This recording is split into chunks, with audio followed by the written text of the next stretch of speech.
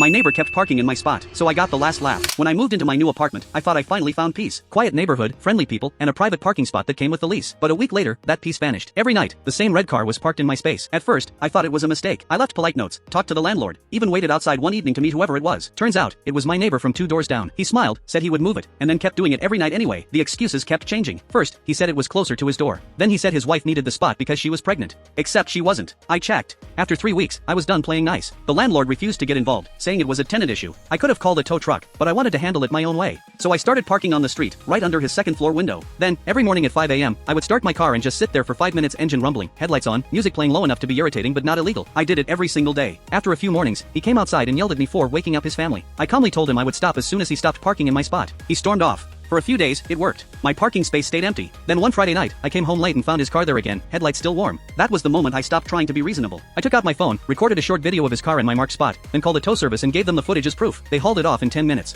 The next morning, he was standing in the parking lot, furious, demanding to know if I called it in. I just pointed to the lease agreement taped to my windshield with the words assigned parking highlighted in yellow. He had to pay over $400 to get his car back. After that, my spot stayed empty. But here's the twist. A week later, I found a note on my windshield. It said, "You won this time, but my cousin works in towing." I expected more petty games. Instead, 2 days later, I walked outside and saw a different car in my spot, his cousin's tow truck. Except this time, there was a police car parked behind it. Turns out, his cousin tried to tow my car without authorization, and the landlord caught him in the act on the building's camera. The neighbor got fined, his cousin lost his job, and I didn't even have to lift a finger. Sometimes karma doesn't need your help. It just needs patience.